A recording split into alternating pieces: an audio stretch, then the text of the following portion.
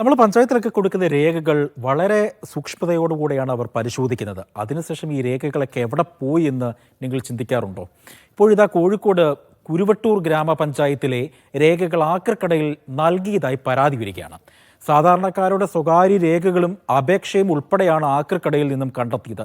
ചട്ടങ്ങൾ ലംഘിച്ചാണ് രേഖകൾ ആക്രിക്കടയിൽ നൽകിയതെന്നാണ് കോൺഗ്രസ് ആരോപിക്കുന്നത്. സംഭവത്തിൽ പ്രതികരിക്കാൻ പഞ്ചായത്ത് അധികൃതർ ഇതുവരെയും തയ്യാറായിട്ടില്ല.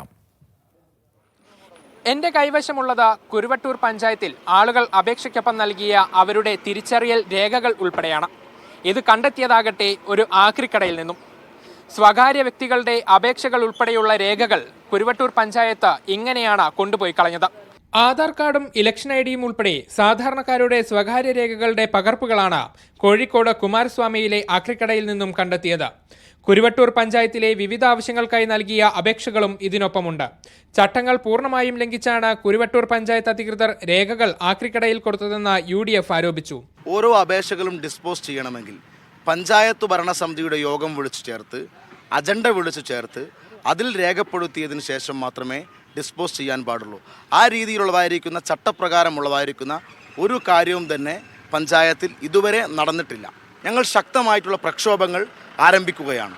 നിയമപരമായിട്ടുള്ള പോരാട്ടത്തിന് ഞങ്ങൾ തീരുമാനിച്ചിട്ടുണ്ട്. സംഭവത്തിൽ ശക്തമായ പ്രക്ഷോഭങ്ങൾക്കൊരുങ്ങുകയാണ് കോൺഗ്രസ്.